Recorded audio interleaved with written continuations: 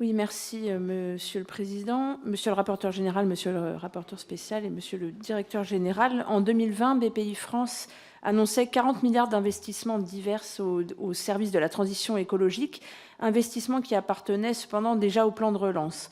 Au-delà même de cette question comptable, on peut se poser la question du caractère vert des investissements réalisés par BPI France ces dernières années, quand le plan climat ne représente qu'un petit milliard en prêts verts pour améliorer l'impact environnemental des entreprises. L'argent apparaît distribué sans ciblage et lorsqu'il s'agit du climat et de la transition énergétique, cela se fait par le biais de prêts et non d'investissements directs. Le soutien de BPI France aux énergies carbonées est, lui, bien réel. D'après plus de 15 ONG, la BPI se porte garante de financements accordés par les banques privées et les investisseurs à des projets gaziers particulièrement polluants, notamment en Arctique. L'intérêt général, qui devrait être l'objectif de toute institution financière publique, semble laissé de côté.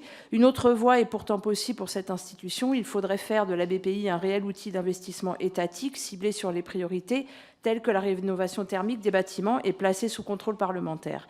La BPI a aussi besoin de réels moyens d'action. Il faudrait accorder à cet organisme un agrément bancaire lui permettant de faire des emprunts auprès de la BCE et de créer de la monnaie au moment où il octroie des crédits. L'économiste Gaël Giraud expliquait dès 2012, si elle avait été une banque, elle aurait pu emprunter ces quelques dizaines de milliards à la BCE et prêter environ 10 fois plus, 300 ou 400 milliards. Voilà qui commence à devenir réaliste pour amorcer la grande bifurcation industrielle et sociale dont nous avons besoin. Cette proposition semble plus que jamais d'actualité.